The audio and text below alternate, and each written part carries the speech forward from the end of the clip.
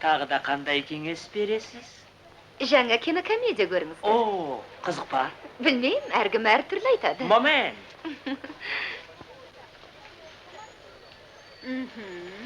Ол комедияның аты қалай? Тақиялы періште.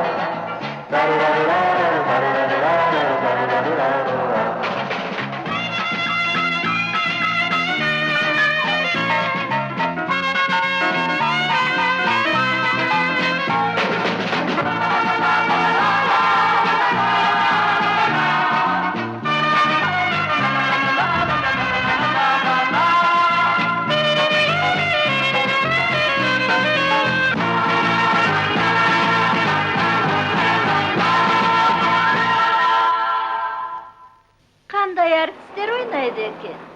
Мінеке көріңіз. Жоқ. Жалғыз басты еркектің сәні болмайды. Қасында шешесі, ең құрығанда бір шүйке басы болу керек. Сендей шеше бүкіл дүние жүзінде жоқ.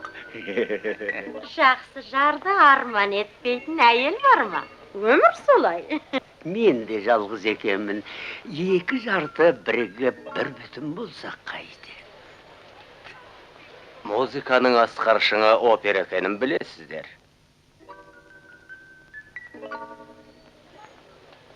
Тағы біреуі мен анықтама бөлімінде істеймін, жөн сілтеуге әзірмін. Өкінбейтінімізге көзіміз жетті. Тез барыңыздар, басталып кетеді. Көп рахмет. Рахмет. Кішкентай сыйлығымыз бар. Рахмет. Кеттік.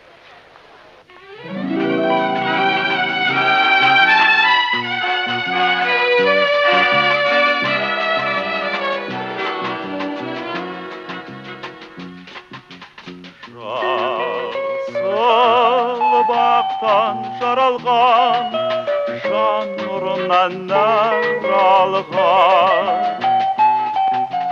Көгімдей көркім, көңілдей сайран, аруда жас қала. Өркені өскен өмірдей жайран, ардақты астана. Ғашығымдай сүйем сені, арманымдай атаң. Алатаудай көнең сені, көл алматым, көл алматым. Сұлу көктем жайнасын гүлім, сайрасын бұлбұлым.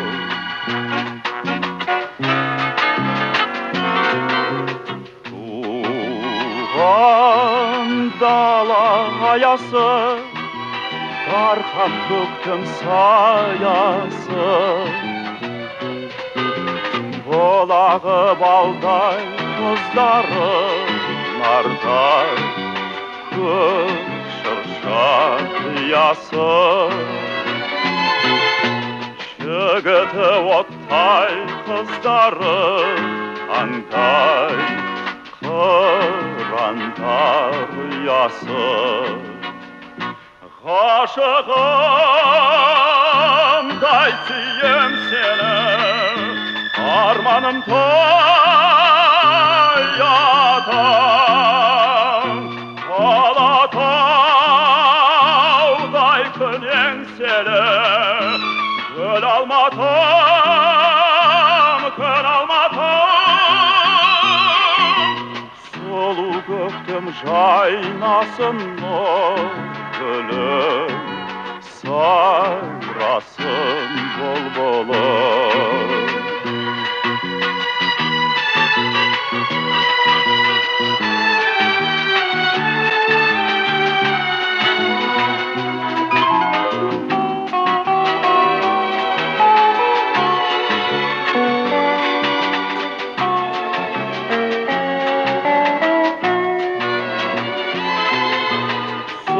Göktüm jaynasın nur gülüm, sayrasın bulbulum.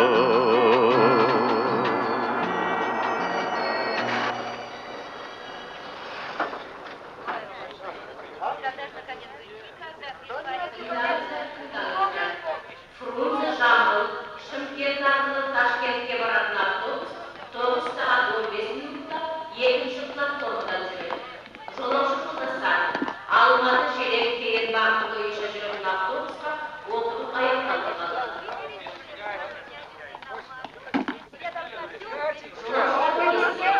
Автовокзалда жас балалар бар аналар жүруге болатын бөлме. Және ресторан, шаштараз, базарлық бұйымдар сататын дүкен бар. Такси! Такси!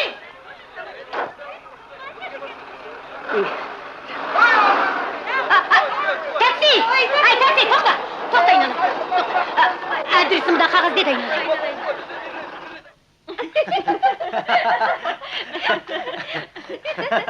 32-ші пәтер осында ма? Жоғарғы өрлеңіз, апа. Жүріңдер, қыздар, бақырға барайық. Оның көршісіне тәуір адамдар. Жүріңдер.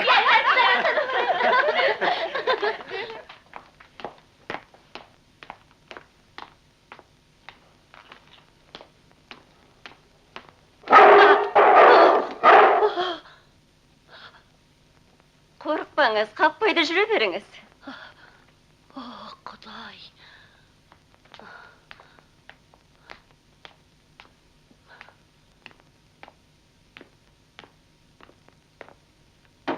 Тайлақ! Ау, Тайлақ, есігіңді аш! Тайлақ! Сонша не болды тарсылдатып? Қоңырауды баспаймысың?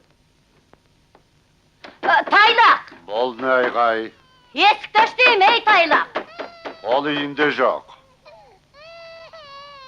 Кілті міне. Солға бұрап ашасыз, кіріңіз. Ойбай, ашық шаштасып кеткен нес? Ол бірақ көңіл сенгіш адам. Құдай.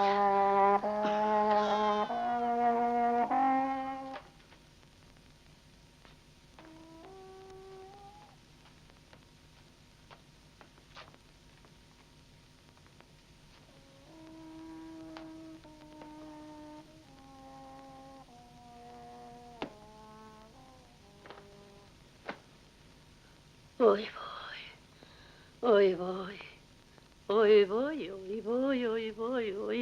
Құдайым-ай, Құдайым-ай. Жоқ. Жалғыз басты еркектің күні құрысын. Жанашыр анасы болу керек. Не болмаса, әйелі.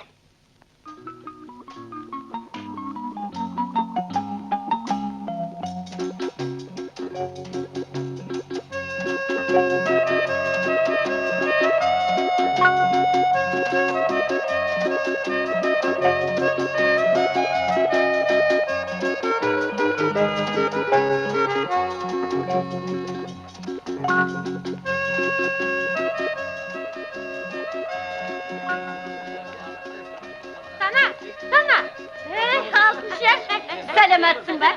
Сәлемәтсің. Не болып кеткенсің? Немене жараспай ма? Онда ертең қараға бояп алам. Өзің қашан келдің? Таяуда. Мәс саған базарды түгел көшіріп барасың ғой. Бұл не? Толтыра қоймайсың ба? Өзімшіл болма, жігітім өзге жұртқа да бірдеңе қалсын да. Дәнішпаным. Пардон. Бүгін кенжемнің туған күні еді. Солай мет. Құттықтаймын онда. Рахмет. Сұрақ жайын ба? О, Құдай сақтасын, кешке біздің үйге келіп қонақ бол. Келемін әлбетте. Не жаңалық бар? Көрмегелі көп болды ғой. Балам, нағыз періштенің өзі. Не дейсің, рас па? Шуламаңдар бәріне де жетек. Тұра қой, ботақаным. Тұрайын алай. Тұра қой енді. Кенжетайым менің. Тұра қой. Тю-тю-тю-тю.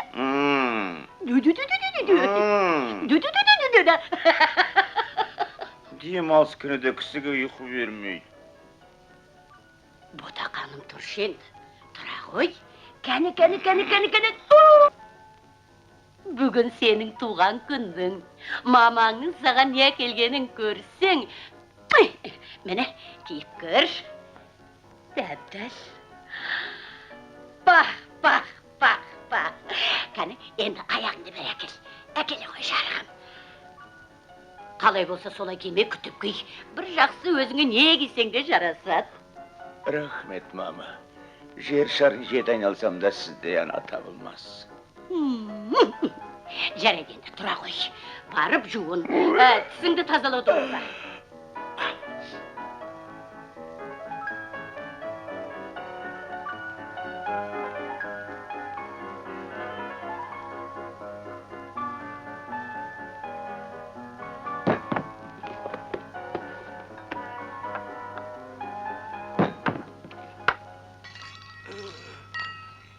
Жер сілкінді ме, Құдай-ау?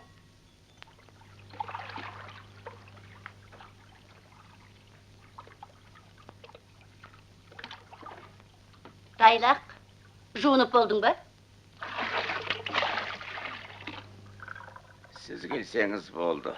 Үйдің іші жайнап кетеді. Жайнауын жайнап тұрау, бірақ нәрсе жетіспейді. Білем не жетіспейтінін. Білсең тездет. Асығат не бар? Үлгіреміз? Үлгіреміз.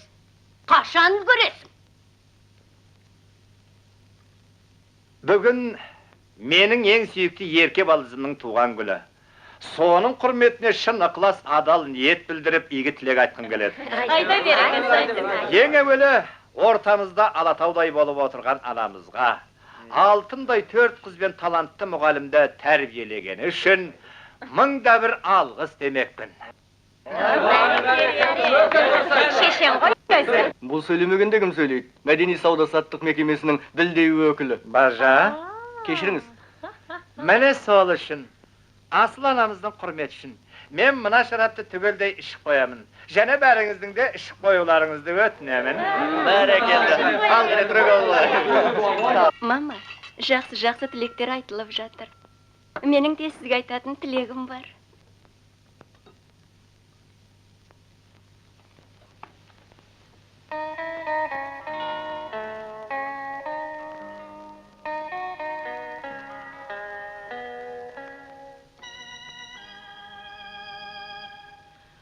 Солғанша гүлім күзде тоңып, ана деп ән салам. Жүрейін мейлі жүзге толып, бөбекпін мен саған. Мама,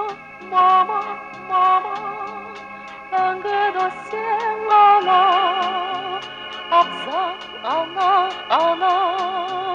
көңілің кең дала. Данасың сен маған, дарасың сен маған. Мақтанатын мархабатың, махаббатың. Арада өзісінің мен, ел ана деп адам, жер ана деп адам. Береді бесігінің мен, ана жаның саған, арнадым мен саған. Қарызбыз әжім ақшашыңа, көзіңнің жасына. Өзіңсің бақыт бақшасы да, өмірдің басы да. Мама, мәңгі дос сен ғана. Абзал ана, көңілің кең дала.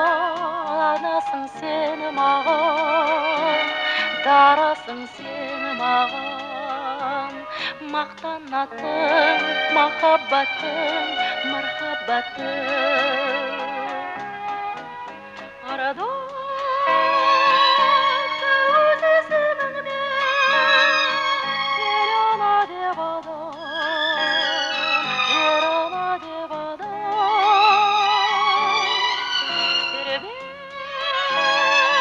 Тербеледі бесігіңмен ана жаның саған, арнадым мен саған.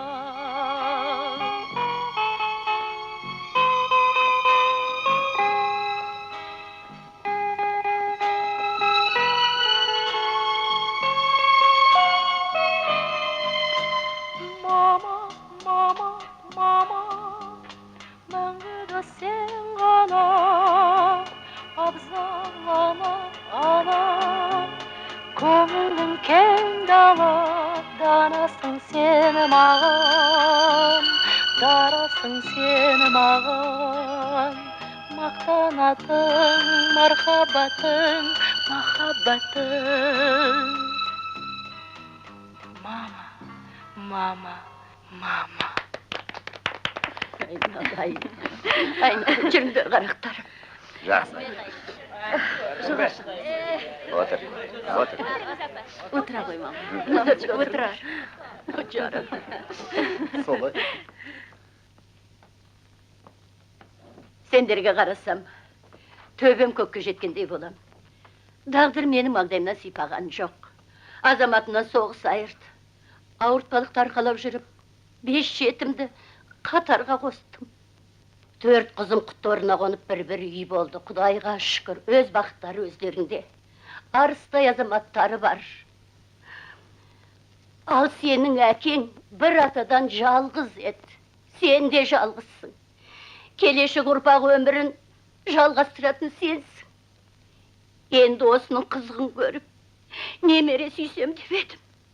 Қалған өмірімді соны бағып, қағып, өсірсем арманым жоқ қой менің. Дұрыс айтасың, Маматтай қойшы енді, қойсаңшы. Тайла, расында да сен осы неге үйленбей жүрсің, а? Үлкеннің ақылын тыңдау керек. Жауап бер, үндемей құтыламын деп ойлама. Бас екеу болмай, мал екеу болмайды. Үйлене салу оңай дейсің бе? Алдымен аспирантураны бітіруім керек. Сонан соң, дайын тұрған қалыңдық бар ма?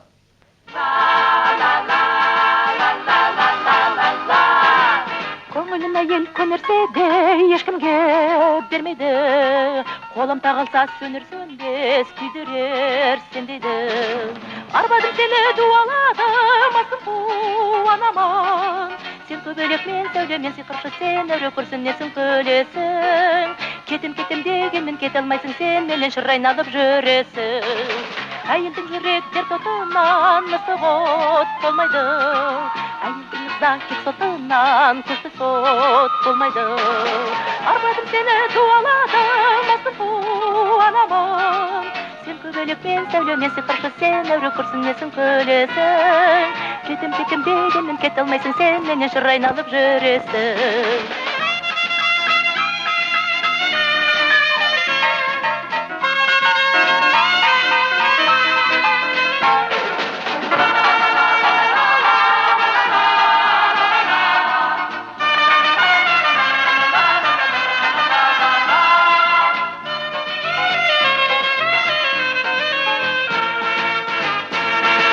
Тарасын мейлі 90-ға жол жалындай даланың. Қорқызын алып аспанда бол, мен сені табамын. Арбадым сені дуаладым, аскын қуанаман. Сен көбелекпен сәулемен сиқыршы, сен әуре күрсінесің көлесің. Кетем дегенмен кете алмайсың, сен менен шыр айналып жүресің.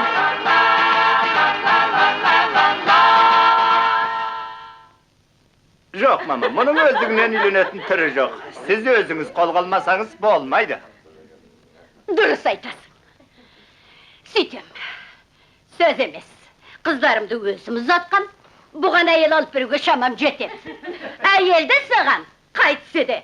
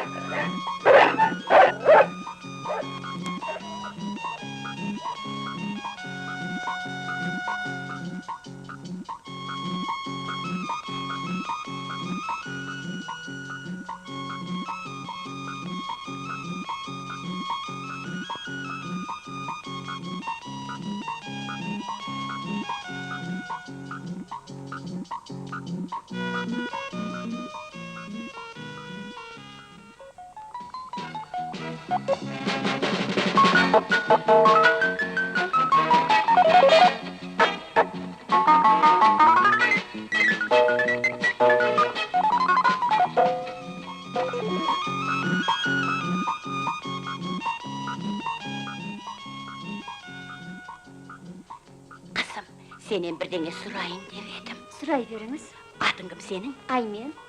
Köyge şyktın-ba? Жоқ. Köyge şyktın geleme. Не? Köyge şyktın geleme deýin. Bir şaş jigit bar jagрафиядан sabak beret. Men seni sonumen tanystyrayım. Неге? Köyge şyk. Özüň maga unap kaldın. Demek oganda unap kalassyň. Жоқ, жоқ.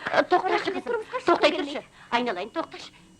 Aynalayın toktay Айтуға turşy. бұйырмаңыз, мен асығыспын. Akımak bolma kızım. Kelgen bakty keri kakma. Ol jay adam emes, perişte. Жарайды, онда ойланып көрейін. Үйge gelip kütömüz.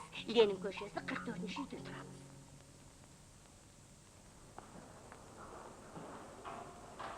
Сөйтіп сен оның кеміс баласымен танысуға келістің бе, а?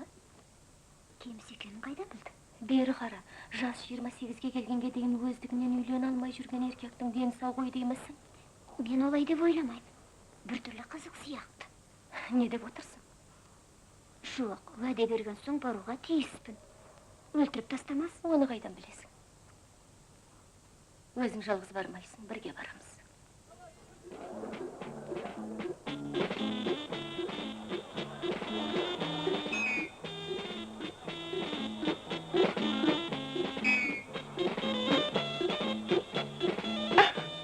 Bolğaysың ey? Шынымен танымадың ба?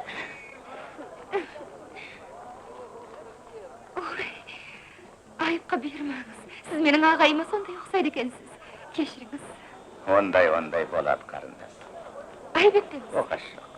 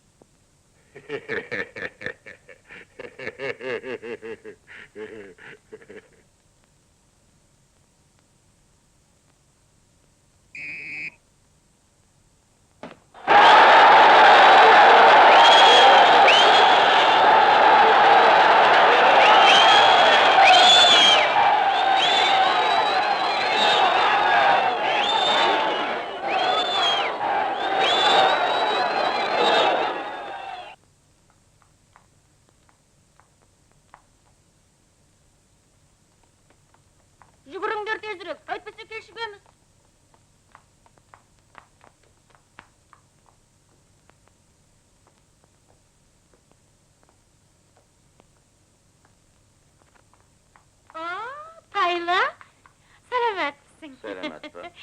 Ойламаған жерден кезіктік-ау.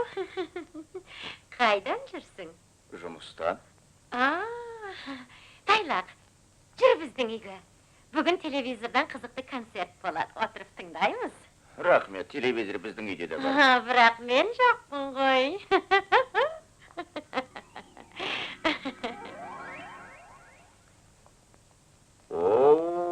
Қандай тамаша.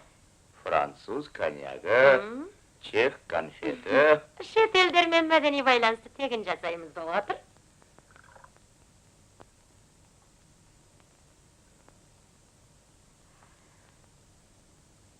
Sen үшін ішейін, Бота ханым. Рахмет.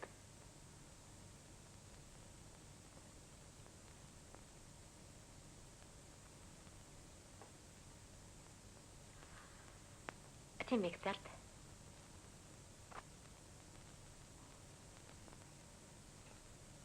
Бота ханым деп, жақсы көретін адамды айтатынын білесің ғой.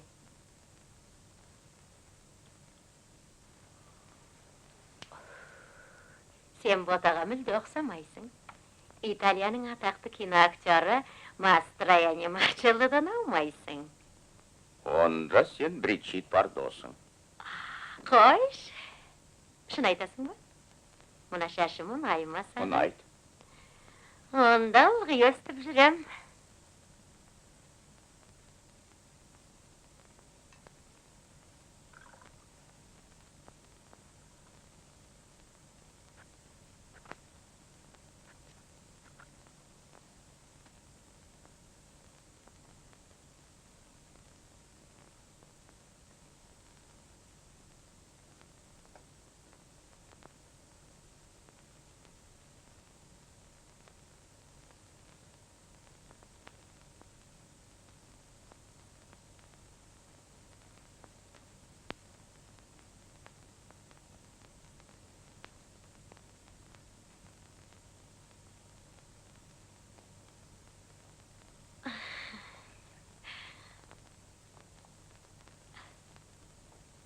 Кісі жанынан басқаның бәрі бар.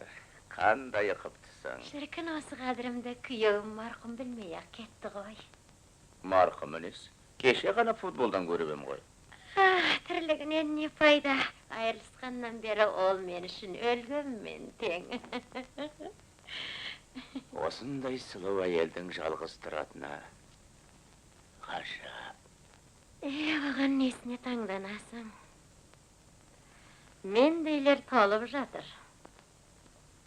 Қазіргі заманға елге жан дүниесін түсінетіндей білімді күйеу керек.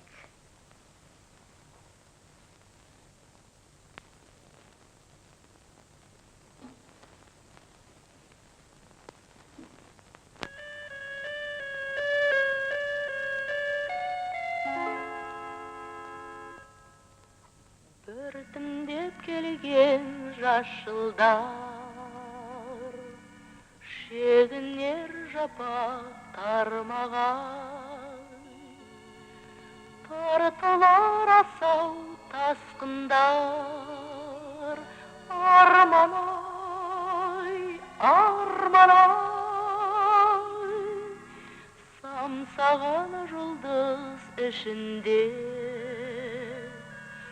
шолпан боп жанған күндер ай, өңімде солар түсімде күндер ай, күндер ай,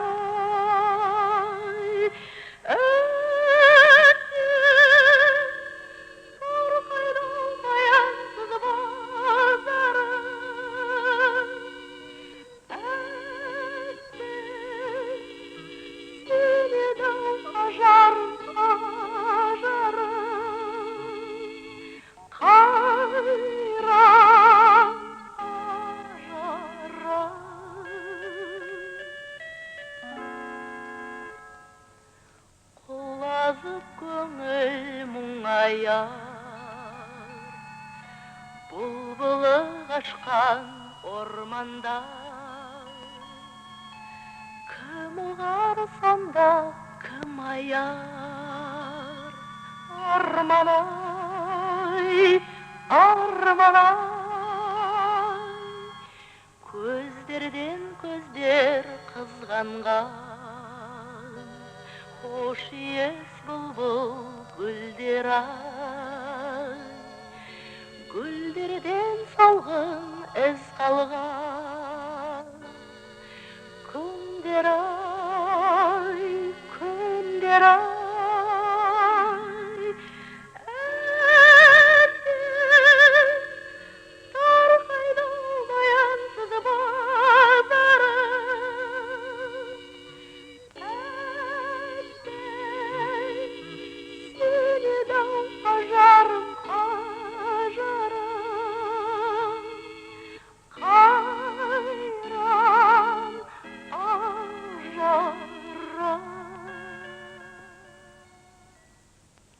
Ұнаймын ба?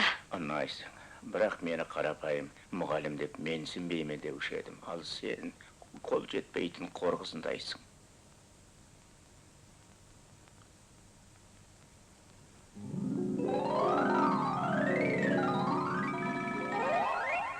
Жүр біздің үйге.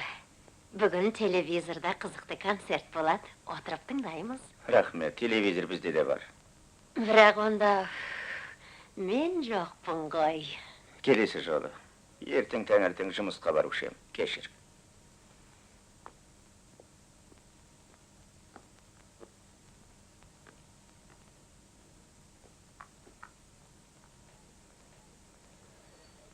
Мінекейіңіз. Рахмет. Сәлеметсіз бе? Сәлеметсіз бе? Адрес білуге болар ма екен? Айта беріңіз. Фамилиясы кім? Омаров. Аты? Тайлақ Омарұлы. Туған жылы? 28 жаста. Туған жері? Сарыөзек. Сәл ғана тоса тұрыңыз. Асығы сен. Омаров Тайлақты сұрайды. Орталық мәдениет үйіне қалай баруға болады? 4-6 троллейбуспен барасыз. Рахмет. Иә, Сарыөзекте туған. Жоқ, қажеті жоқ. 5, 6, 7, 8, 6... Тақиялы жолдас. Мағмелі жолдас. Бергеніңіз Балмыздақ па? Иә. Қазір шөм берейін. Доп дұрыс. Немене дұрыс? Басқалар қыздарды оп-оңай үйіріп әкетеді. Менің икемім жоғақ. Икемдедіңіз? Атыңыз кім? Қайда тұрасыз? Кешке боссыз ба? Икемдігіңіз жоқ екені көрініп ақ тұр. Бірден 3 сұрақ. О, ғапу өтіңіз. Мінекей 9 дейін. Жоқ, керегі жоқ. Анықтау бөлімі мұндай сұрақтарға жауап бермейді. Кешіріңіз. Пойызға билет қай жерден сатылатынын айтып жіберіңізші.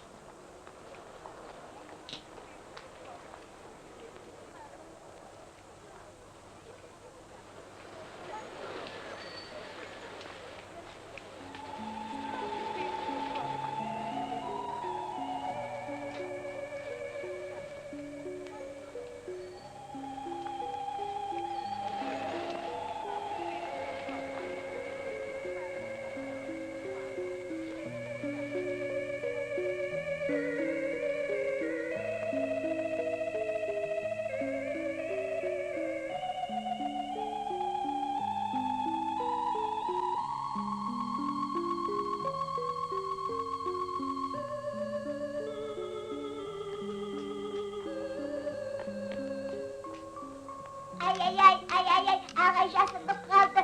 Көріп қойдым.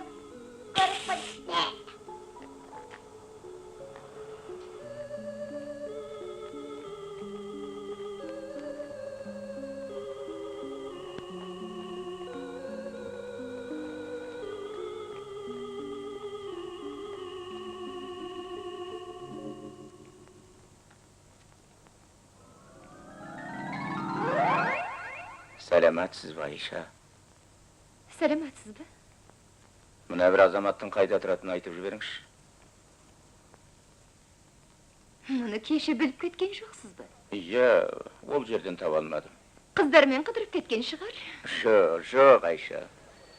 Менің атымды қайдан білесіз? Қатарыңыздағы анықтамадан сұрап алдым. Мен сізден кешірім сұрайын деп келіп ем. Не үшін? Кеше сізге оғаштау сұрақ бергенім үшін. Оқасы жоқ, ондай болады. Айыпқа бұйырмаңыз. Бұдан бұлай өйтпеймін. Тек сізден сұрайын дегенім бүгін қолым тимейді. Басқа сұрағыңыз жоқ па?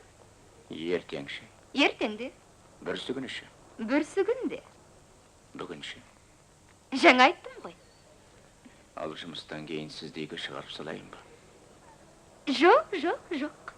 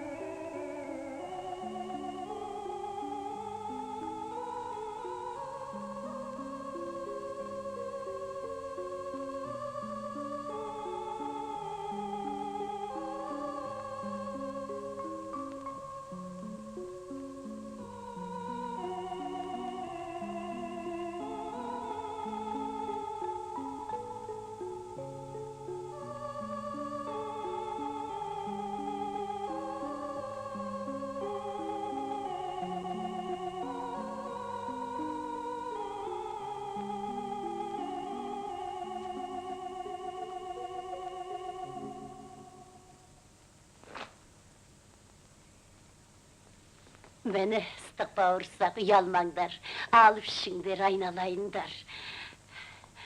Ұмытпасам, сенің атың Аймен ғой деймін. Аймен. Ал сен Халимасың ба? Иә. Өте жақсы. Келді. Сол. Шоным, қайда жүрсің? Келгенімізге бір сағат болды. Танысып қой, қыздар. Сәлемәтсіздер ме? Сәлеметсіз бе? Кешіріңіздер. Allah! Қазір келем. Alыңızдар, қыздар, мен қазір. Айтқаның рас болды. Шынында да дені сау емес. Мамасы қандай жақсы адам. Меніңше баласы да жаман емес. Түсінікті ендеше. Бұларыңыз кім? Қалыңдық. Не? Қалыңдық деймін. Бұныңыз қалай? Не қалай бар? Мұндай қыздар қолыңа түсе бермейді. Сол жақтағы сұлу аспирант. Әкесі ғалым адам, профессор. А сол жақтағысы болашақ дәрігер. Әкесі директор. Қайдағы директор? Саған бәрібір емес пе? Әкесін алмайсың, қызын аласың. Тездеп жуындағына киімдеріңді киіп, адам құсап отыратығын бол. Бол тез. Алып ішіңдер, қыздар. Рахмет. Отыра ғой. Сүйікті қыздар, өзімді таныстырып қояйын. Омаров. Тайлақ Омарұлы, 28-демін. Қазақ. Бойдақ, жоғары білімді оқытушы. Жоқ болғам жоқ, не келеспегем. Тұрақ жайым белгілі. Мамамның қойған аты Тақиялы періште. Сұрақтарыңыз бар ма? Менің бір сұрағым бар. Сұраңыз. Мұндай әрі қысқа, әрі нұсқа сөйледі. Құпия болмаса, қайдан оқып үйренгеніңізді айтып беріңізші. Өз бетімен оқып үйрендім. Әсіресе, үлкен атамның ақылын көп тыңдадым. Өне бойы ақылды бола беруден де адам жалығады ғой. Бір сәт ойнап күліп серпілгін келеді. Мәселен бұлай. Сонаның құйрығына селеу түйреп жіберіп, ыз дегенін... Тоқтат, жетер енді!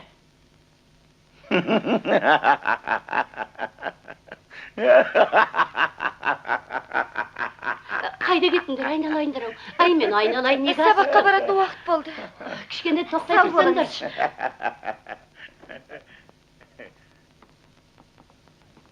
Ей! Не көрінді саған? Өзіңді өзің жексірін көрсетіп, апырау бірдеңе қағып кеткені сау ма өзіңді? Мен әдей істедім. Қыздарың маған жоқ, апа. Ятай. Желкілдеп жетіп келген өздерінен көрсін. Ой, жасаған екем. Енді қайттым.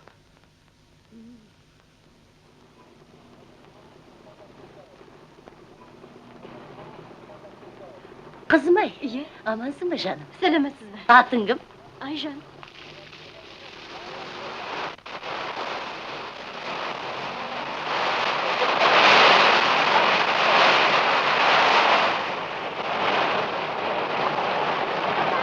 Рахмет, қалқам. Барам.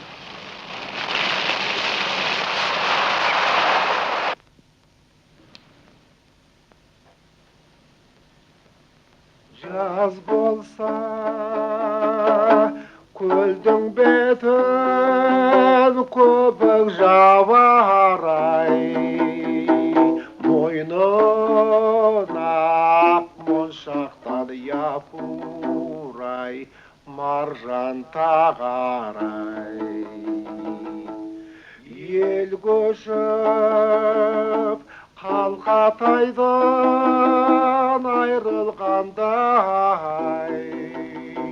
көзден жас мүлт-мүлт етіп япурай, желге тамарай.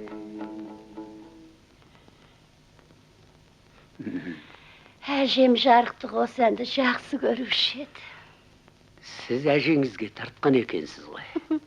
Дәл қазір айнымайтын шығармын. Егер менің атам сіздің әжеңізді көрген болса, сөз жоқ, ғашық болған болар еді. Қойыңшы атай. Қандай жақсы ән, жарайсыз. Халық әндерін бір түрлі жақсы көрем. Ал операда мұндай әндер тіпті қолпырып кетеді. Енді мына бір әнді тыңдап көріңіздер.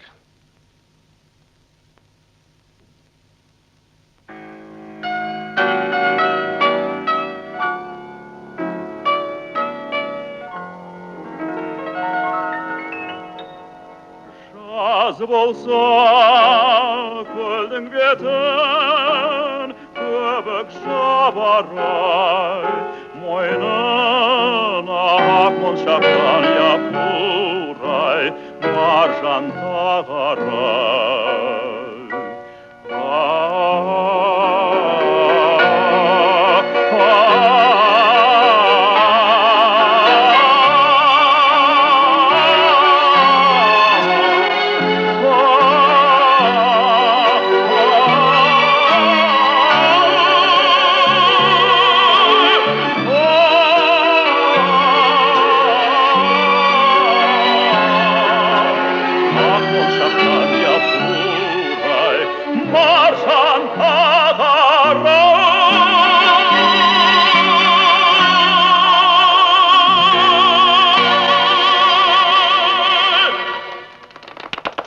Музыканың асқаршыңы опера екенін білесіздер. Ай, жоқ, олай деуге болмайды. Жүр. Ал енді мен тыңдаңыздар, қазір. Асау тайлақ, ақ тайлақ, мініп келем қақпайлап. Желеді ол тайраңдап, жұрт қарайды, қайраңғап. Эй, чу! Эй, чу! Пиранит, пиранит, керегі жоқ бәлде шәйтпенен біз. Жана біз, айтшы деген тамаша жана біз. Билендер, айтшы деген тамаша біз. Билендер, айтшы деген тамаша біз. Айт! Чу! Айт! Чу! Пиранит,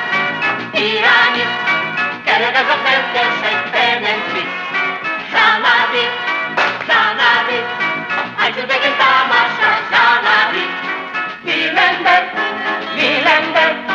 айтшы деген тамаша біз. Билендер, айтшы деген тамаша біз. Чу! Доғарыңды, мына таңғырлақтарыңды. Неге даңғырлақ? Жаңағаны өзің айтқан ән осы емес пе? Біздің әкей біртүрлі қызық кісі. Жазды жаны сүймейді. Не десеңдер о деңдер, шын мәніндегі музыка ұлттық ән күй, халықтың өнері. Консерваторияда оқып жүріп оны білмеу, ұят. Жазда халықтық өнер, ұлттық музыка. Осы сіз төрелігін айтыңызшы, қайсысы жақсы? Әркімнің түсінігі әртүрлі. О, жалтардыңыз. 20-шы ғасырда заманына лайық музыка болу керек. Жаз музыкасын бәрі жақсы көреді, бірақ оны мойындағысы келмейді. Сол себепті жалтарады. Музыканың ұлылығы әр жанрда бірдей. Кешіріңіздер. Сіз қалай ойлайсыз? Мен музыка сырын түсіне бермеймін. Бірақ сіздің айтқаныңызға қосыламын, Ниязеке. Рахмет. Дұрыс айтасыз.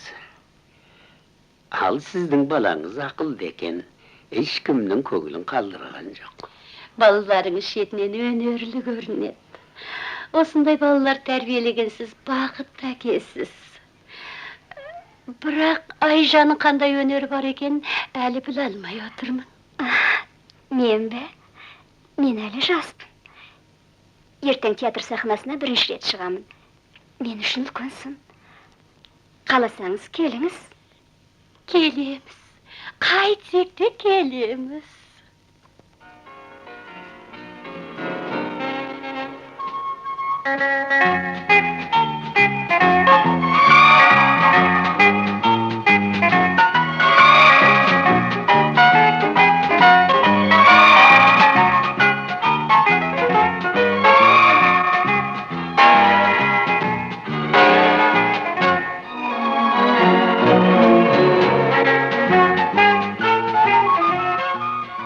Бірінші рет билеу ғой.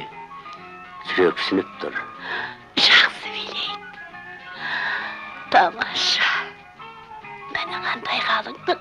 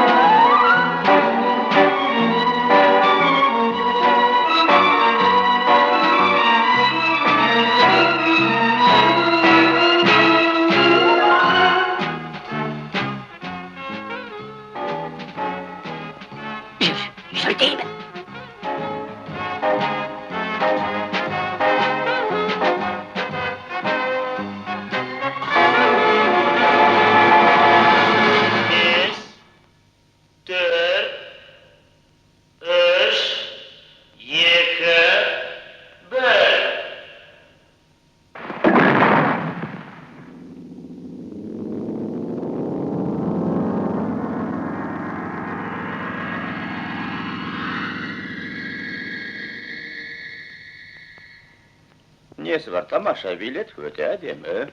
Үйтіп билегені құрысын, билеген әйел затына жарысатын кәсіп емес. Еркек қана билеу керек пе сонда? Ойласаңшы, байқаусызда сүрініп кетіп, не қолын, не аяғын сылдырып алса қайтеді? Ондайда еңбек қорғау ұйымы ақша төлейді. Бүйтіп лақша секіріп жүрген әйел дені сау оңған бала таппайды. Сұлу емес пе? Қайдағы сұлу, тыртиған қатпа мұрны тәмпіш. Мана басқаша мақтап едің ғой. Қателеспейтін адам бар ма? Не деген сұмдық. Жалаңаш қолы мен бөтен еркек денесінің кез келген жеріне шап береді.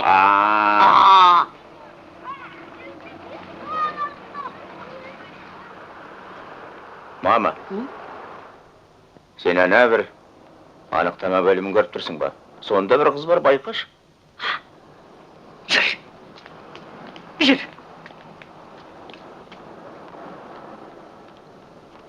Сәлемет бе қызым? Сәлеметсіз бе? Атың кім балам? Айша, не сұрайын деп едіңіз? Өзің туралы сұрайын деп ем. Күйеуің бар ма? Жоқ. Күйеуге шыққың келе ме? Не дейсіз? Апатай болыңызшы тез уақытта еді, Құдай тілеуіңізді берсін. Тұра тұр, сөзді берме. Өзің қандай боласың шешеңдегі кісіні баса көктеп. Тұра тұр, шырағым. Күйеуге шыққың келе ме деймін? Келеді. Дайын тұрған жігітіңіз бар ма? Бар. Болғанда қандай? Пенде емес, періште. Олай болса сөз жоқ. Жасың нешеге келді? 21-демін. Ал онда тыңда. Апатай болыңызшы тез. Қарындас бұл не? Айғайлама, мен дерігіп тұрған жоқпын. Немене айғайлайсың? Жолаушы жүруші едім. Сізбен кейінірек сөйлесейін. Жарай ма? Жарайды. Қалай? Тамаша қыз екен. Бұрынғаға шырықты бұзып жөнді сөйлесе алмадым. Бірден ұната қалдыңыз ба? Кісінің қандай екенін бір қарағанда білем. Кәне, үсті басыңды жөнде. Осылай, таста бұрқыратпай. Қазір.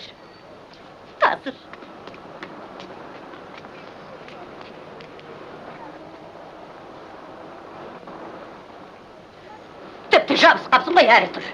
Қызым ананы әперіп жіберші. Иә, соны. Сенің аты жөнің бе? Иә. Ал сен Тайыр Досантты білесің бе? Ол менің әкем. Әкең? Иә. Таныс беріңіз? Кешір. Олай болса. Бітті. Қарындас маған жөнсізді жібермеші. Қалай? Кетті ойбай қорысын. Не боп қалды? Маған ұнамай қалды. Ұнамайды? Bir көргенде білем дегенің қайда? Қателескенің бе? Қателеспейтін адам бар ма? Ол қыз бізге қол емес. Себеп? Себеп! Неге дейді? Неге екенін оған қалай айтам? Бұл менің өмірімдегі өшпейтін қасірет. Әлі күнге дейін есімде. Көрші ауылда үлкен той болып, соған бір топ қыз боп аттандық. Бір кезде қайдан шыққанын білмейін, бір жігіт ілесе кетті. Қыздар! Тоқтай тұрыңдар! Мені дала кетіңдер! Мен де тойға барам. Көрімнен адам шошырлық, бетіңнің кіріне 5 ит қойғандай екен. Қыздар үйіне жетерің бар, оны қайтесің? Мына сорының шекпенін жамап берейін.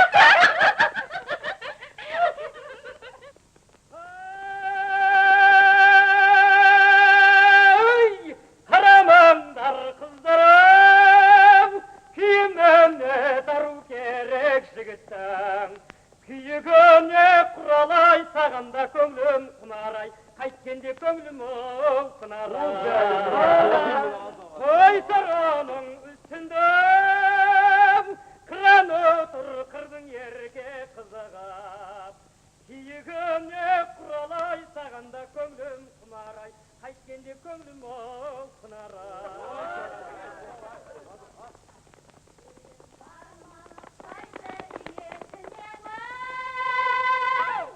Алмайық қот-қотырдың киесінен ақай.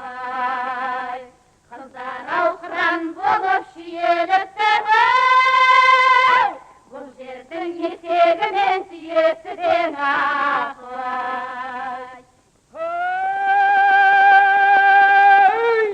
Сүйе болса есекпен, білгендерің онда бекер қыздар-ау. Күлгендерің құралай сағанда көңлім құмарай, қайткенде көңлім ол сынарай. Бедеу болып кеттіне, биелерің қалып жүрме қаймай. Ілгендерің құралай сағанда көңлім құмарай, қайткенде көңлім ол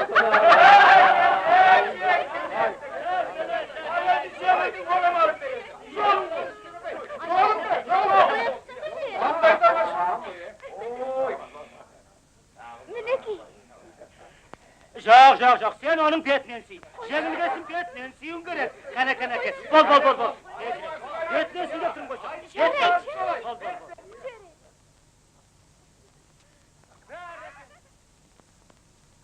Осы оқиғадан кейін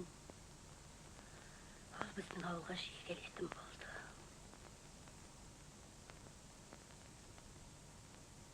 Немене, мама? Бір жеріңіз ауырып жатыр ма?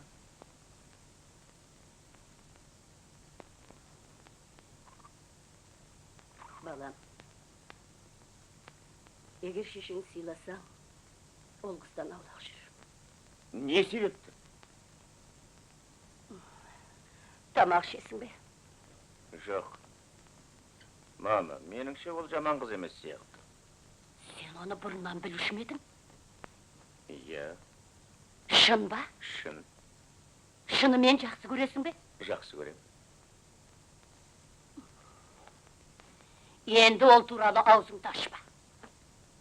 Қайтесіз осындайды. Мен жас бала емеспін. Мұндай істі өзім шешуге қақым бар емес пе? Жоқ! Қақың жоқ. Менде де жоқ. Сендерді біреудің қолына қаратпаймын деп күйеуге шықпадым. Сонда көрсеткендерің осы ма? Бәрібір үйлену жағын тек өзім ғана шешуге тиіспін. Біздің заманымызда құда түсу деген ұят. Совет үкіметінің орнағанда мені 60 жыл болды. Болса қайтейін. Совет үкіметінен 4 жыл кейін тусам да, бұл мәселені одан кем білмеймін.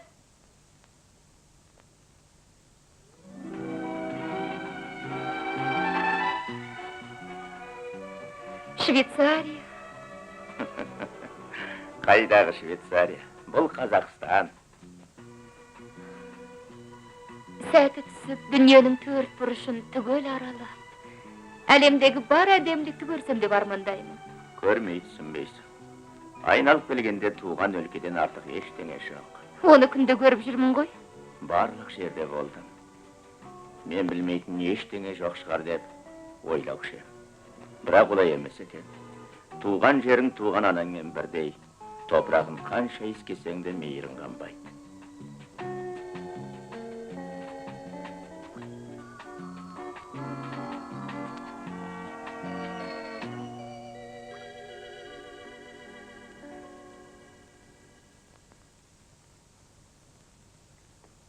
Қайда барасың?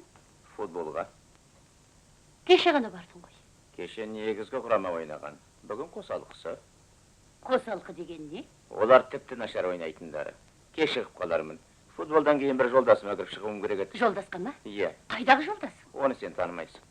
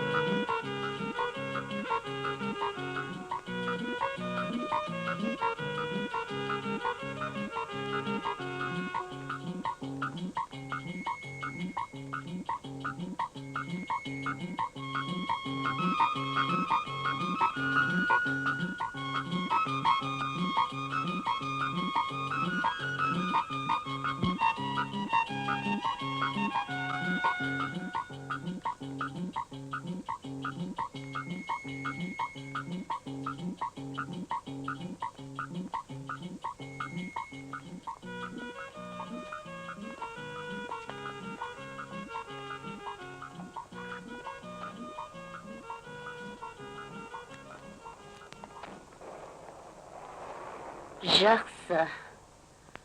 Бұған бірдеңе істеу керек. Сәлемет па айналайын? Сәлеметсіз бе? Сен менің балам Тайлақты білесің бе? Иә, сіз оның мамасысыз бе? Иә, анасы болам. Ол саған ұнай ма? Ұнайды. Біліп ема өзінде, ол бәріне де ұнайды. Жүр, бері шық. Мұна әйнегіңді жап та, бері жүр. Жүр, бірден айтам.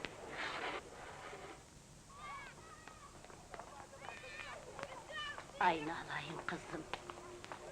Өз баласына қай ана жамандық ойлайды дейсің. Дұрыс айтасыз. Отыр.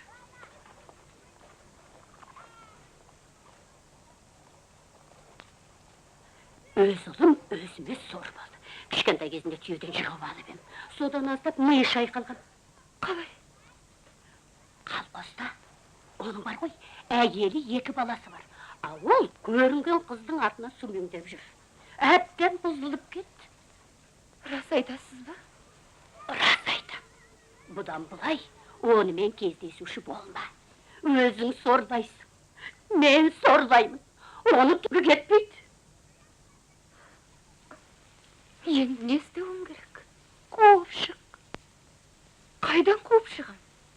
Таяқталда қуып шық.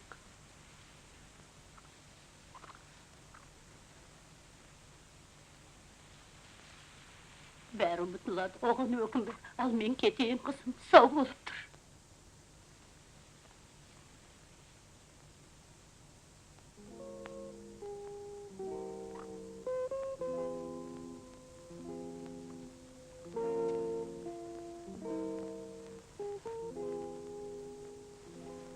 Сәлем. 7-ге 5 минут қалып шықпаймысың? Сен ғафу ет. Бұдан кейін маған келуші болма. Не? Не боп қалды, Айша? Ештеңе болмаса да сөйту керек. Түк түсінсем бермасын. Түсінбесің, түсінесің.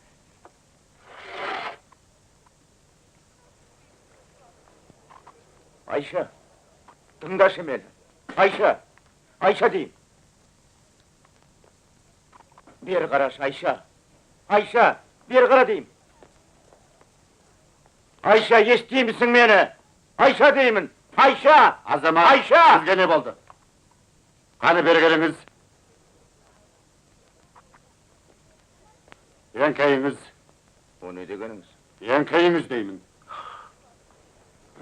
Иә, бәрібір азамат, аманыңда бұл арадан кеткенің дұрыс. Қаны тездетіп тайып тұрыңыз, тез. Солай.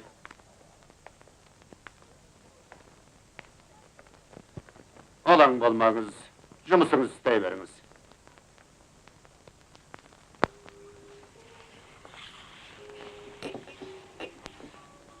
Жетер, жетер. Тайлақ, мен саған сатып бермеймін, сыйлап беремін. Іш, чек сұрасы, күшті. Жақында бір таныс әйел капиталистік елдерге барып қайды. Онда бойдақ деген мүлде жоқ көрінеді. Егер күйеу керек болса, арнаулы кеңсеге барады екенсің. Күйеу керек деп арыз бересің. Ұзын бойлысы ма? Қара торысы ма? Мұғалім, дәрігер не басқа дейсің бе, оны өзің білесің. Қарындастырақ үй жеріңіз. Жабық. Пәтер іздеп қиналмайсың, жеткілікті көрінеді. Рас па? Иә, бір аптадан кейін бір қара торы жігіт өзінен өзі келеді. Ал бір айдан кейін күйеуің жаныңда. Рахат.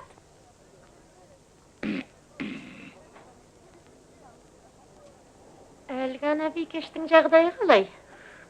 Кімді айтып тұрсың? Әлгана бір анықтау бөлімінде істейтін қызшы. Ондағы сен жербанғанша. Мен сен іздеген қара тұр емеспін.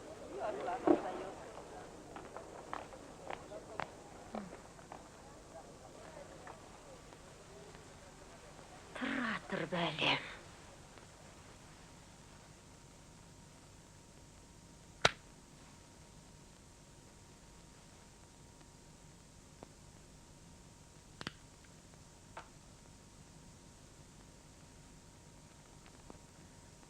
Сен мұнаны көрдің бе? Бақандай 100 сом, ескіше 1000. Осының бәрі сенікі болады. Ол қалайша? Достарыңның бірнешеуін жинап, осында бір оңбағанның мұрнын бет қылсаң, 5 минуттық жұмыс 100 сом ақша. Ақша үшін адам неге болса да барады. Бірақ заңды сыйлау керек. Қылмыс жасағаның үшін маңдайыңнан сипамай, желкеңнен шығарады. Пайдаңды білмейсің. 100 сом аз ақша ма? Ақлақ.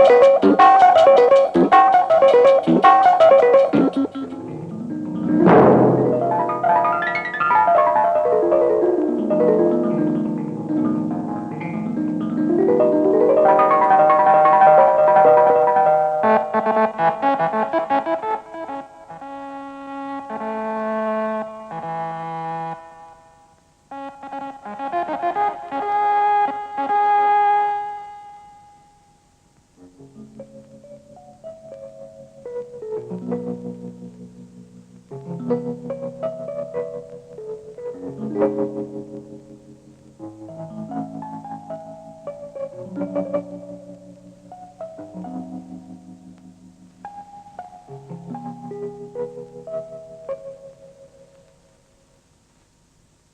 түнгі сағат 10-да үйіне қайтады. Сендер сол кезде подъезден тасасыңдар да? Жарайды, айтқаның болсын. Жолдастың керек жоқ. Өз мағын қайлайым. Өз бұна дүниені бөлісіп қайтамыз. Тек сыртынан көрсетсең болды.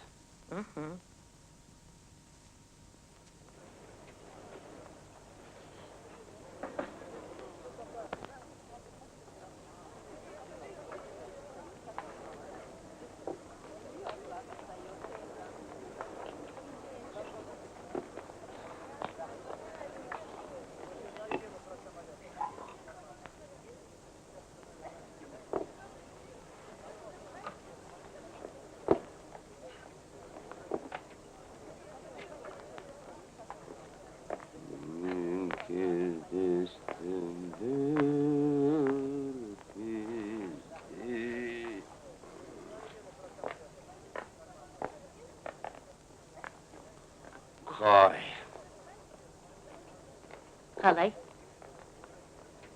70 сомың міне, 30 сомың кейін береді. Не болып қалды? 100 сом әрине аз ақша емес, бірақ денсаулықта керек.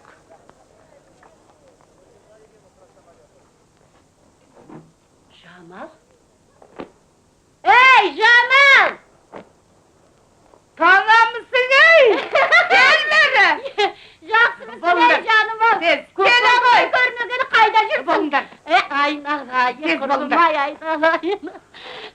Әттіспіз. Айналып кетейін, сырлатым! Аманмысың ей! Кел, отыр. Рахмет. Болыңдар тезірек, болыңдар әйтпесе күн жауып кетеді. Сен баяғы қалпын.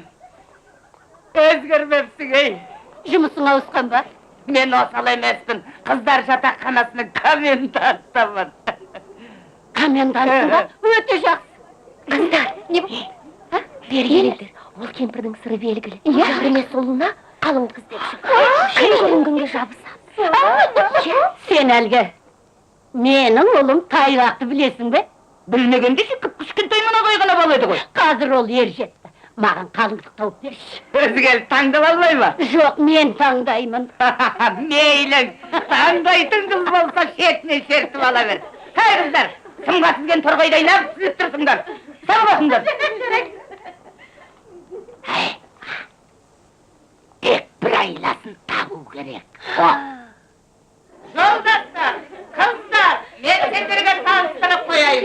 Мына кісі министрліктен келген қонақ болады. Мәселе бұлай, жолдас қыздар. Біздің арамыздан бір адамды Мәскеуге жіберу керек екен. Әлгі немедегі жай. Иә, дұрыс айтасыңдар, симпозиумге. Өздерің білесіңдер, оған кім болса соны жіберуге болмайды.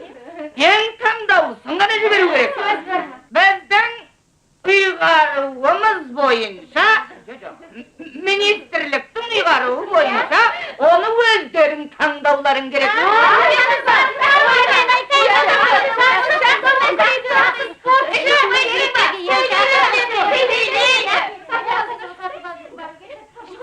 Қайсы ол? Кел, жақында.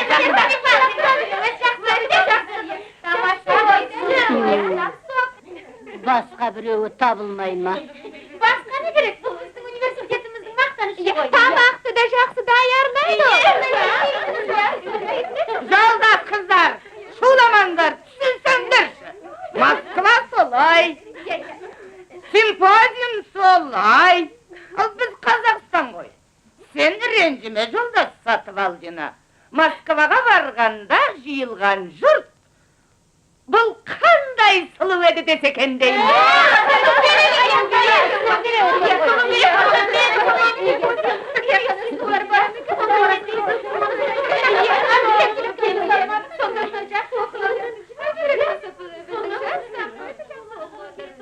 Мына қыз барса қайтеді?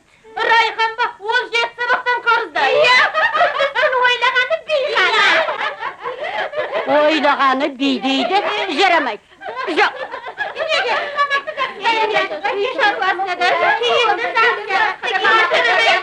Қалай болғаны қыздар, шынымен арамыздан лайық ешкімнің табылмағаны ма?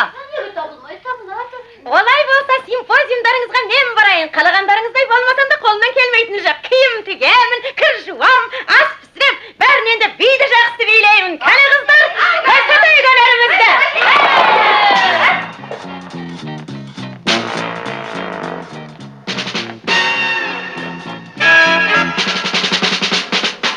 Волны голубые у пристани скачут, родственники горько вздыхают и плачут, и с утра кричат беспокойные чайки, и корабль у пристани стоит.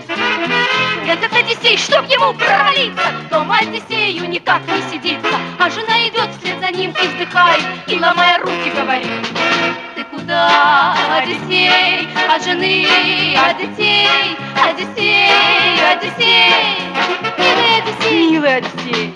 Шла бы ты домой, Пенелопа. С той поры века над землею промчались, звезды зажигались и море качалось, где-то потерялось руно золотое, кончилась Троянская война. Но опять родня у причала рыдает, снова кто-то в путь корабли собирает, и опять звеня свою горькую долю, слезы льет на пристани жена. Ты куда, Одиссей? От жены, от детей, Одиссей.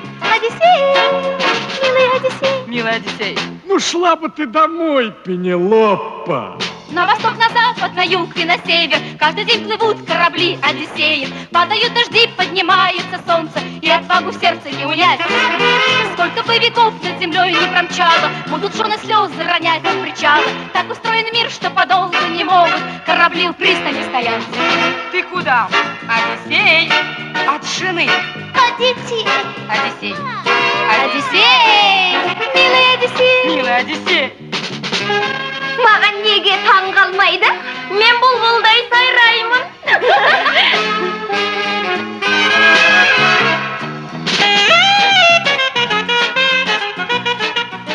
Ал маған таң қалмай көрсін.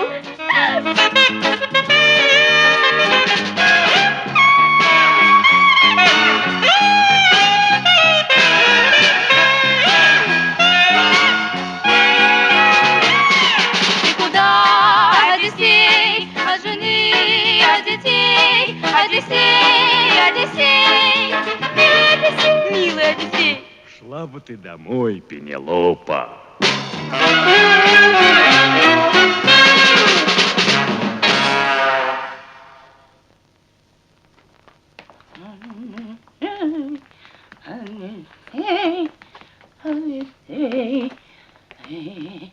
Қайда кеттің, Одиссей?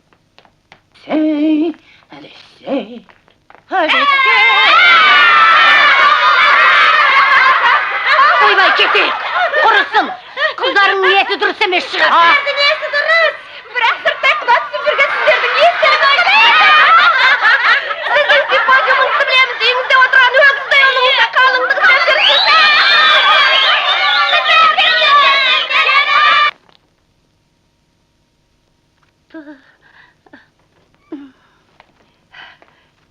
Мұнша неге кешіктің?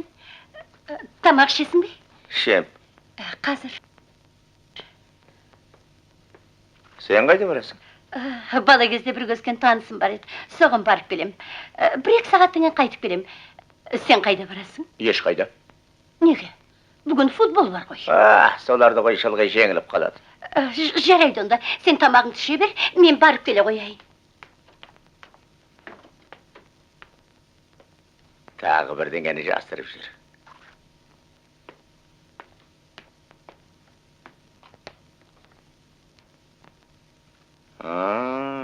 Солай екен ғой.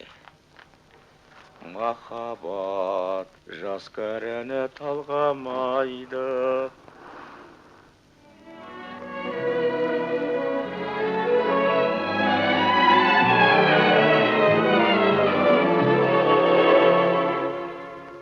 Тыңда, бұлбұлдың таңғы жырын, тыңда, таулардың жаңғырығы,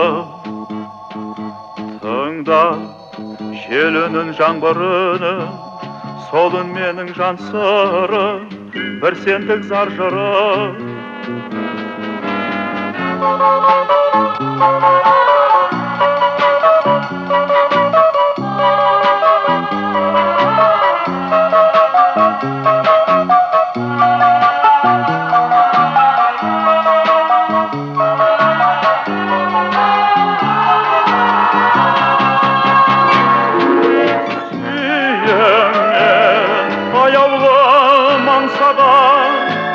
Ән салам, әлемге жар салам. Сүйеммен, бірім сүйемге, білерке сүйеммен, сүйеммен.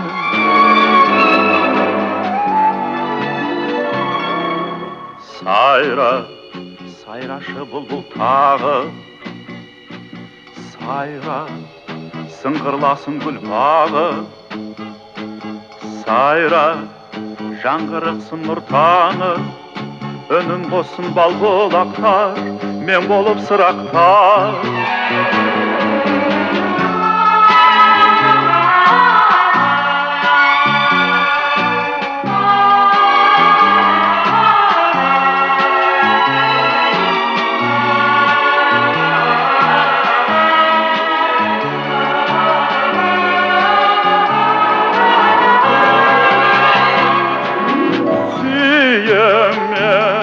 Аяулым аңсаған ән салам, әлемге жар салам. Сүйеммен, бірім сүйемге, білерке сүйеммен, сүйеммен.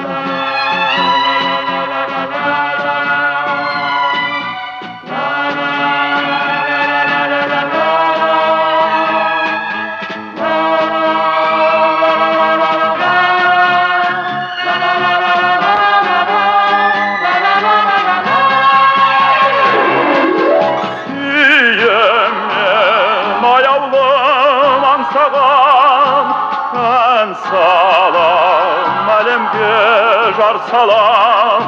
Сүйеммен, бірім сүйенген, білерке сүйеммен, сүйеммен.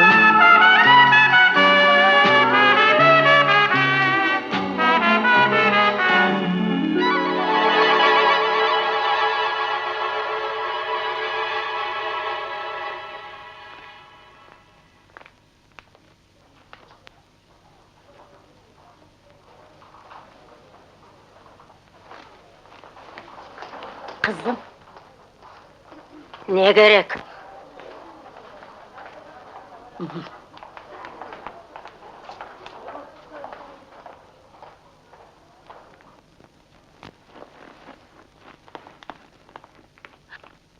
Kızım, toktay tur aynalayın.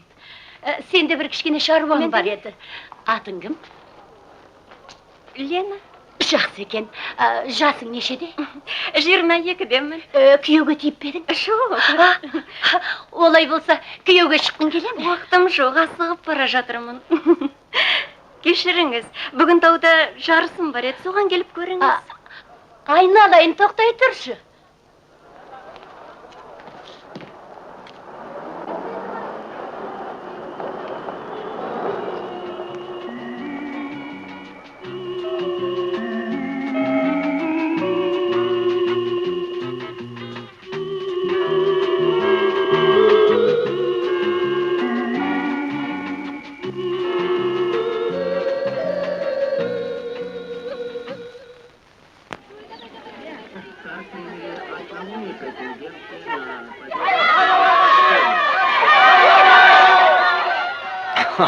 Орыс қысы сол екен. Қазақтың қысы деңіз. Иә, қазақтың қысы.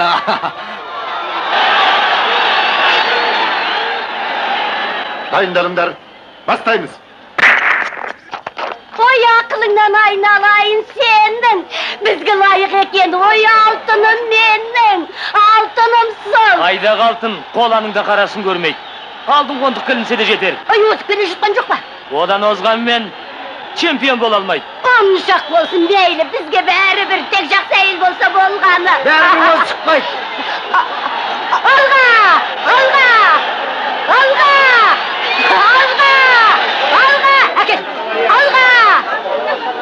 Мәссаған! Абай коньяк сілтеп отыр. Су ішкен құрлы көрмейді.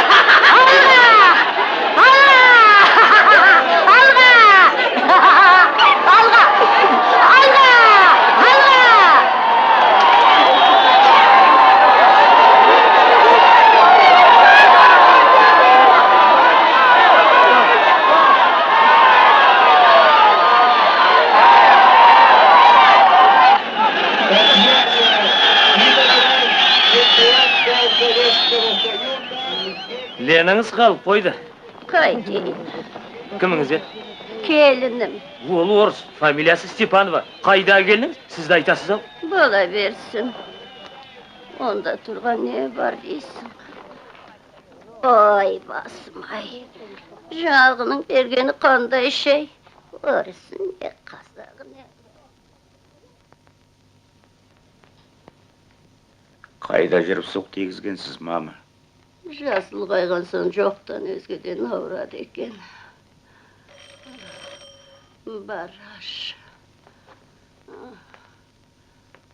Сәлемет бе, Тайлақ? Сәлеметсіз бе? Маман қалай? Тәуір, рахмет. Жоғар шығыңыз. Сәлеметсіз бе? Сәлеметсіз бе? Қалай кейлі қуаттысыз ба? Құдайға шүкір тәуірмін. Мынауыңыз не? Аздаған дәм. Тауықтың сорпасы еді. Суық кеткен шығар. Мұнша әуре болғаныңыз не ниязы еке? Ауырып жатып бізге хабарламағаныңыз қалай? Мені шақырта салсаңыз қайтеді. Бөтен емес біз. Тайлақ шырағым, мынаны жылтып әкеле қойшы. Аяқ астынан ауырып қалғанымдай. Іштен етпес. Жазылып кетесіз. Қазір дәрігерде кеп қалар. Дәрігерде шақырып қойдыңыз ба? Әрине. Ол да бір менің ескі досым. Біздің сүйікті дәрігер. Ол тірі ме еді? Тірі. Аздап қартайды.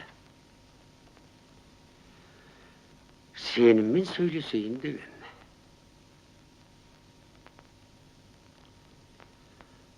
Қадірлі Тана, екеуміз де жер ортасына келіп қалдық. Қалған өмірде мағана жоқ деп айта алмаймын. Сен де жалғыз, мен де жалғыз екенмін. Егерде екі жарты бірігіп, бір бүтін болсақ қайтеді. Не айтып отырсың, Есеке? Балам азамат болды.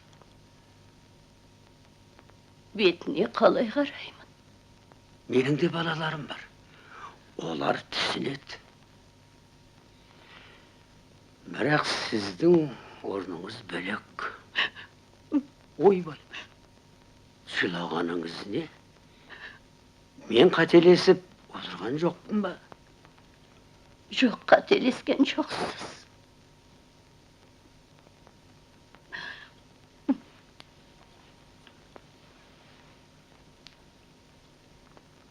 Менің ойым жалғыздың жайы ғой. Мама, Нияз аға біздің үйге неге келгіштеп жүр, а?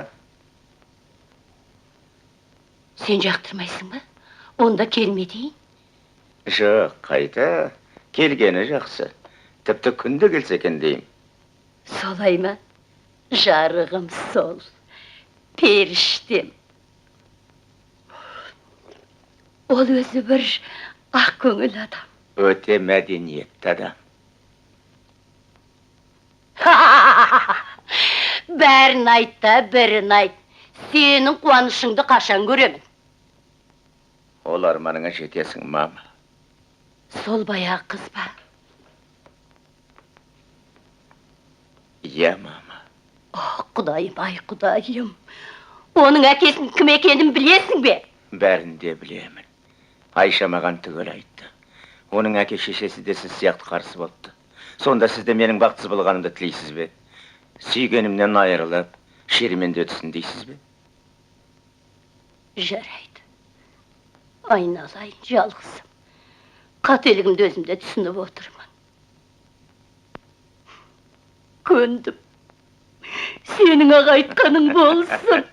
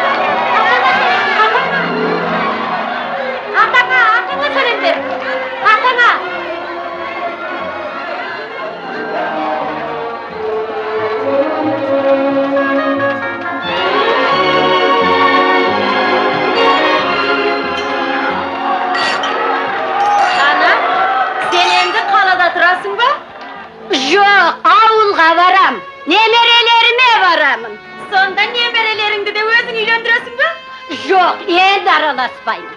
Өз сүйгендеріне қосылып, бақытты өмір сүрсін.